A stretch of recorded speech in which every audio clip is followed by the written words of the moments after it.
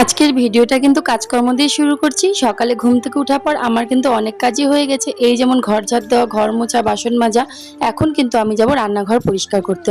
তো কাল আমাদের বাড়িতে একটু লোকজন এসেছিল, তাই রান্না বান্নার পর রান্নাঘরটা পরিষ্কার করার সেরকম ভাবে কিন্তু সময় পাইনি। নমস্কার, আমি শ্রেয়া। আমার আরো একটি নতুন ব্লগে তোমাদের সকলকে স্বাগত জানাই। আজ অনেক দিন বাদে তোমাদের সামনে কিন্তু নিজের ভয়েস দিয়ে একটা ব্লগ ভিডিও আমি শেয়ার করছি, কারণ এখন সময়ের এতটাই অভাব, আমি একদমই সময় করে উঠতে পারছি না যে নিজের ভয়েস দিয়ে একটা ভিডিও এডিট করে খুব সুন্দর করে তোমাদের সামনে আনবো। তবুও আজ চেষ্টা করলাম। দেখো ভিডিওটা, আশা করছি তোমাদের ভালো লাগবে।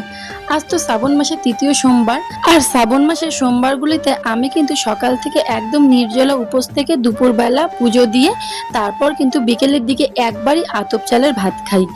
আর আমার শাশুড়ি মা ওরা সবাই নিরামিষ খায়। কালকে ছিল রবিবার, কালকে একটু বাড়িতে লোকজন এসেছিল, সেই কারণে কালকে কাজের এত চাপ ছিল যে আমি কিন্তু কালকে রান্নাঘরটা পরিষ্কার করে রাখতে পারিনি। আমার শাশুড়ি মা ঘুম থেকে উঠে সকালে খাবারটা উনিই বানিয়ে নিয়েছে। তারপর এই যে আমি সব কাজ সেরে রান্নাঘরটা পরিষ্কার করে নিলাম। আর ওইদিকে দেখলে আমার হাজবেন্ড কিন্তু জামা কাপড়গুলো কেচে আজকে আমাকে কাজে হেল্প করে দিয়েছে। তারপর এখানে আমার শাশুড়ি মা আমার জন্য অনেকগুলো ফুল তুলে নিয়ে এসেছে। আর প্রত্যেক সপ্তাহে কিন্তু আমার শাশুড়ি মাই ফুল তুলে নিয়ে আসে আমার পুজো দেওয়ার জন্য। তারপরে আমি স্নান করে এখন সোজা ঠাকুর ঘরে চলে এসেছি। পুজো ভিডিওটা পুরোটা কিন্তু আমি দিতে পারলাম না, কারণ আমি পুরোটা ক্যামেরা করতে পারিনি, যেহেতু পুজো দিচ্ছিলাম আর ক্যামেরা করা সম্ভব নয় সেখানে। আর আমার তো স্ট্যান্ড নেই, সেই জন্য আমি পারিনি। সাথে গল্প করতে করতে আমার কিন্তু পুজো দেওয়া কমপ্লিট। দেখো তো আসনটা কেমন হয়েছে। অনেক ফুল এনে দিয়েছিল আমার শাশুড়ি মা আর সুন্দর করে সাজিয়ে দিয়েছি। আজ একটা রিলস ভিডিও পোস্ট করাতে আমি আজকে কিন্তু কমেন্ট পেয়েছি তামার বাসনে নাকি দুধ দিতে নেই, সেটা নাকি বিশেষ সমান। তো তবে আমি সেটা মনে রাখবো অবশ্যই। এরপর থেকে কিন্তু আমি কখনোই আর তামার বাসনে দেবো না। আর এদিকে দেখো মিহু কিন্তু স্নান সেরে দুধ দিয়ে দিচ্ছে শিব ঠাকুরের মাথায়। ওকে কিন্তু গত বছর থেকে ওকে আমি শিখাচ্ছি। আমার মনে হয় ভালো জিনিসগুলো ছোট থেকে শেখানো কিন্তু দরকার। আর এটা কিন্তু বেশ একটা ভালো জিনিস। আর ওকে কিন্তু প্রতিদিন ঘুম থেকে ওঠার পরেও আমি ঠাকুর নম করানো শিখিয়েছি।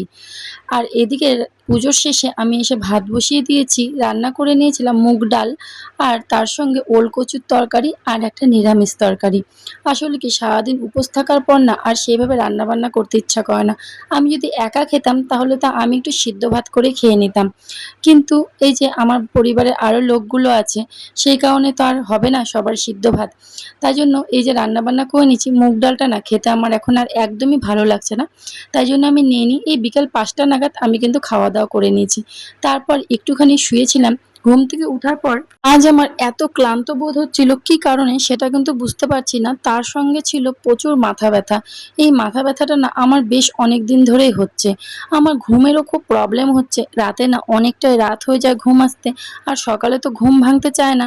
আর দুপুরবেলা না আমার ঘুমানোর খুব একটা সময় হয়ে ওঠে না।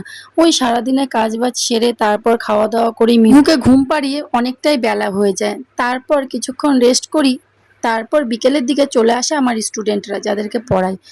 আজকেও তার ব্যতিক্রম ছিল না। আজ যদিও আমি একটু সময় বের করে ওই 45 মিনিট মতো ঘুমিয়ে নিয়েছিলাম। ঘুম থেকে উঠে মিহুর জন্য গেলাম একটু মৌসুমী লেবুর রস করতে। আমিও একটু খেলাম আর মিহুর জন্যও বানিয়ে নিলাম। আজ এত ক্লান্ত লাগছিল, সত্যি আমার মন চাচ্ছিল না যে আমি ঘুম থেকে উঠে না কিছু একটা করি।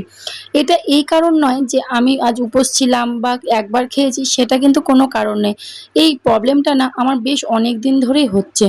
প্রচণ্ড মাথা ব্যথা, তার সঙ্গে ক্লান্তিবোধ। কী কারণে হচ্ছে সঠিক জানা নেই, তবে ভেবেছি এই মাথা ব্যথার জন্য না ডাক্তার দেখাতেই হবে এবার আমার।